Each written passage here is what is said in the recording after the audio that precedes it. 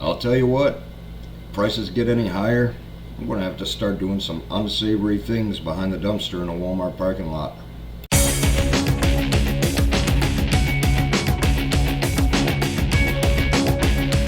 Welcome to the Opinionated Prepper. I'm Steve, and I hate this time of month.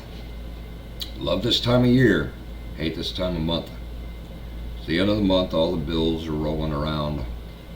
I have mortgage and electricity and gas and water and this and that and lions and tigers and bears, oh my. It starts to get on my nerves, and I'm noticing more and more and more that even though it's kind of my fault, I'll sacrifice a little bit of this just so I can make sure to have enough of that, and I think everything's good, but the very next month I'm needing to sacrifice a little bit more of this so I can afford a little bit more of that. You get no rest, you get no break, and it's getting on my nerves. I'm sure the rest of the country's like that. It's not me, and I'm sure, unfortunately, I'm better off than quite a lot of people, which is a shame because I'm not all that well off. But I'm looking through my finances and compared to last year and compared to the year before, and I know a lot of it is beyond my control. They say inflation is going down, and that's a good excuse for interest rates to rise, right? The only problem is, as interest rates rise, there's less money for us to buy stuff, and with the interest rates rising and the lack of selling their product, businesses need to charge more money, so therefore we're still paying higher inflation. It never works the way that they say it works. And as our junk bonds keep getting cheaper and cheaper and cheaper, we find more desperation in financial sectors. So they're charging more, so they're charging businesses more, so they're charging us more, so we're paying more. It never works, and it's all designed to screw the little guy. I get that. And I'm not going to get into explanations, but if you look into the news stories, places like Wells Fargo paying in the tens of millions of dollars because not only did they screw people by charging way too high of fees, but you have Green Dot, WMC, blah, blah, blah, that are freezing accounts and that can't give money to their customers, so the customers are without, so they're paying late fees and they can't afford it, and it's a bunch of trash. Truist Bank is messing up, Bank of America is messing up, JP Morgan's on the outs, BlackRock and Vanguard just quit financing and supporting all that woke junk that really irked most of us, so now businesses that have accepted all of that so they could get better deals, and so their parent companies of Vanguard and BlackRock wouldn't punish them. Now they're left holding the bag while they're pulling out, and none of us really want to have anything to do with them for the way that they did us. It's just a terrible crashing financial time, and unfortunately it's only going to get worse. So my question is to you people, the ones and ones of subscribers that I have, which I'm very appreciative of every single one of you. Keep it up. If you don't mind, hit the like, leave me a comment, because apparently it helps the algorithm and it helps me to get noticed. And if I get noticed, I can get a message out there, and maybe, just maybe, I won't have to eat butter sandwiches. But either way, do me a favor. Hit the thumbs up, hit the like, hit the share. Pressure somebody into hitting the subscribe button. Leave me a comment, even if it's a thumbs up, even if it's just a emoji with the tongue sticking out. I don't care. But I'd like to know, what are you guys doing? What's some things that you're offsetting? Are you finding yourself checking out some Great Depression recipes like I did. I did just today, and I posted the question on the TPH network that I'm on. And I've got some pretty good things. But what I've noticed is a Great Depression recipe isn't doing me very good, and it's not doing most of the people of that channel any good, because it's the stuff that we grew up with anyway. And it's the stuff that we're cooking for daily dinners because we like it. It's good, it's cheap, it fills us up, and that's the food we like. So if it was a cheap, down and dirty meal back then, and we're eating it now, but we can't afford it, are we going to have to be like the Russians and swap shoe leather recipes? About the country, I don't know which one it is, a Pacific Asian country that has street pebbles that's seasoned with chili powder and with certain different types of spices, and you throw in some real cheap garnishment, some onions and carrots and blah blah blah, and you eat all of the garnishment that's really cheap, that's meant to be garnishment, and you suck on the rock. And the instructions are you suck on them and then you spit them out just to get the flavoring. That's it. That's all. So they're paying for a meal that they can't even eat. They're just sucking the flavor out of stuff. Where does that leave us as a people?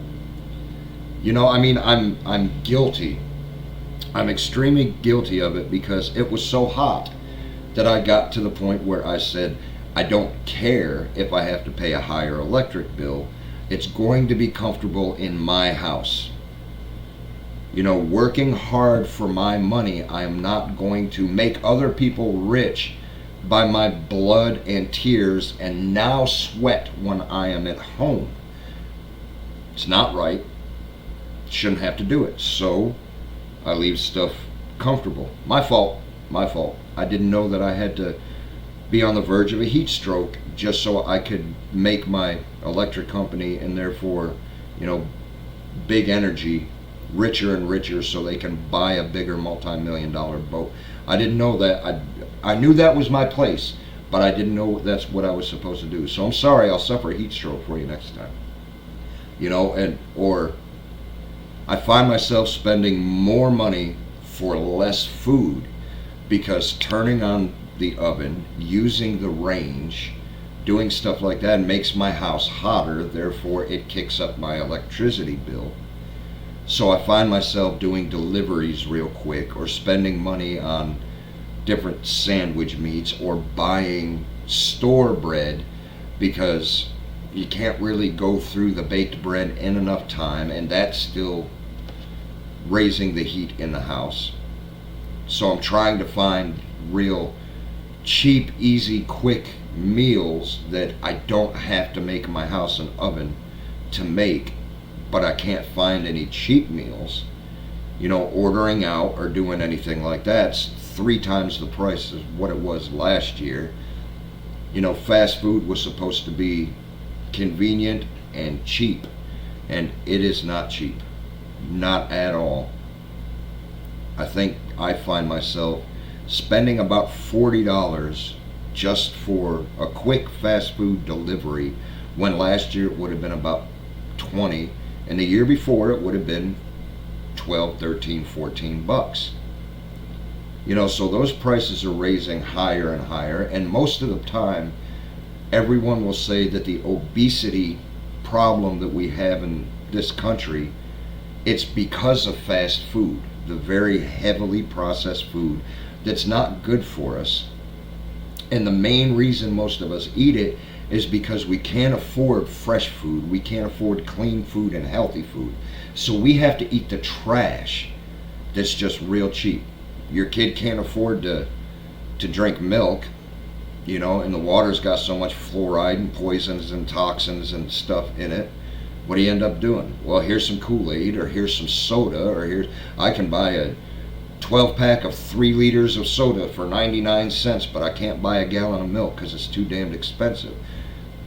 So you're filling your entire family up with crap because that's all you can afford to do.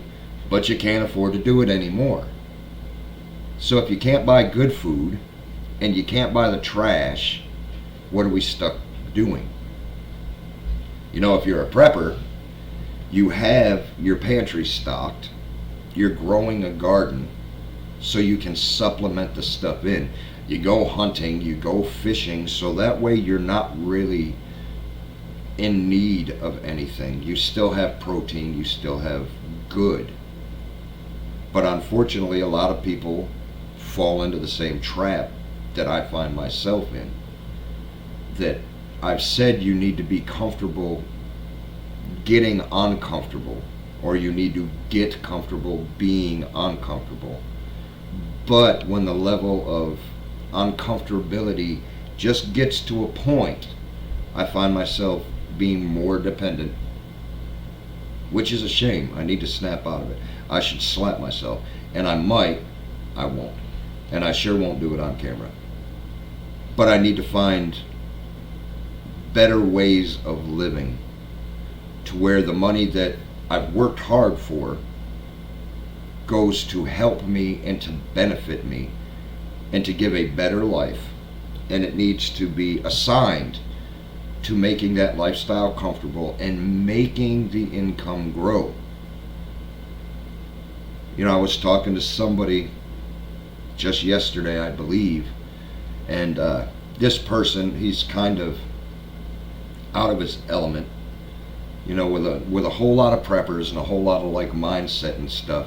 He's the alternate voice. If we're conservative, he's liberal. If we see this, he sees this.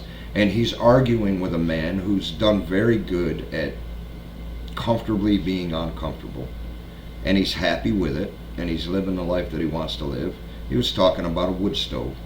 And the guy that's constantly at odds was talking about, you know, how everything in his house is electric and how he can this and he can that, and people that he knew back then in the lockdowns were wearing masks in their car when they were all alone, you know, and blah blah blah. And everybody's picking on him and stuff, and I get pretty sarcastic with him, you know, and all of that, just because I think, you know, he might be sent in there to...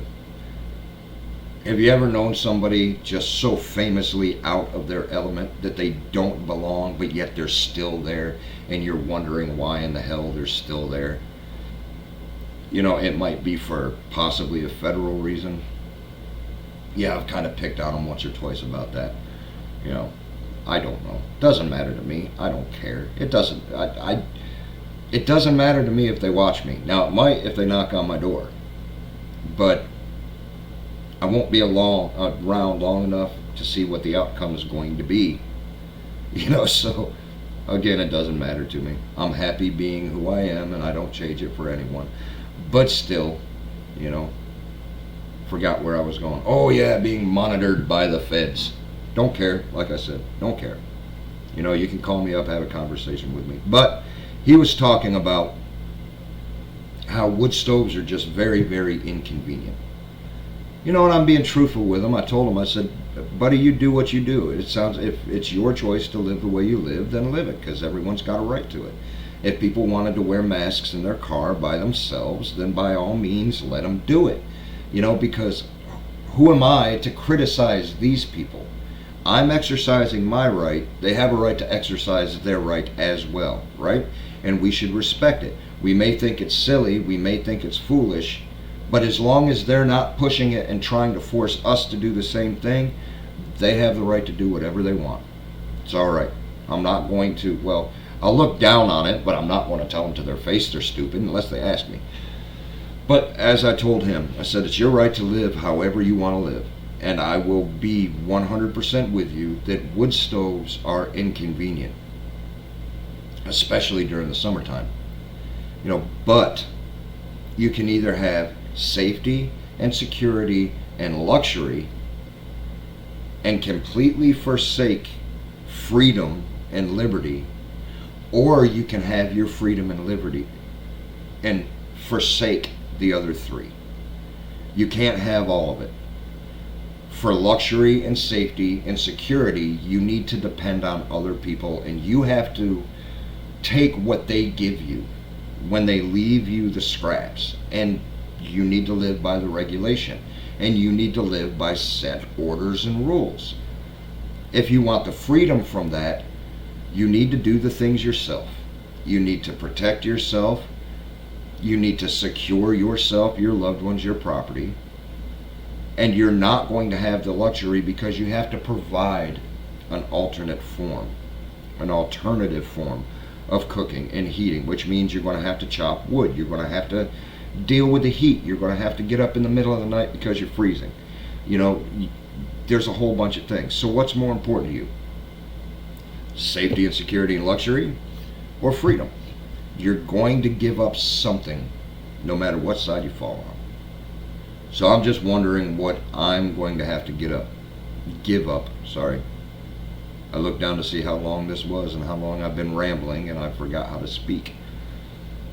But I'd just like to know, what are some of the things that you're doing, that you're finding yourselves doing? Are you having to crank your AC up or down, or make it hotter in your house by a degree, 2-3 degrees? Do you have to sit in the dark, to leave your lights off, to keep your house cool and to keep the electric bill down? Are you having to take twigs and sticks and use them in a charcoal barbecue grill out when it's 493 degrees outside and you sweat just thinking about going out? Are you cooking outside in that terrible heat and you're using grass clippings and twigs and stuff so you don't have to buy charcoal or propane? Are you just having sandwiches? Are you going and skipping meals and only eating one meal? Or do you find yourself getting more filler foods and less nutrients and stuff like that because the filler foods are cheaper? Are you eating a 12-pack of ramen noodles in a 2-day period? Are your dogs looking at you real mean because you had to give up the high protein diet and give them that filler crap? What are you doing? Give me some ideas and some examples. If you're not having to do anything, well then, to hell with you. But still, brothers and sisters, God willing, we'll see you tomorrow.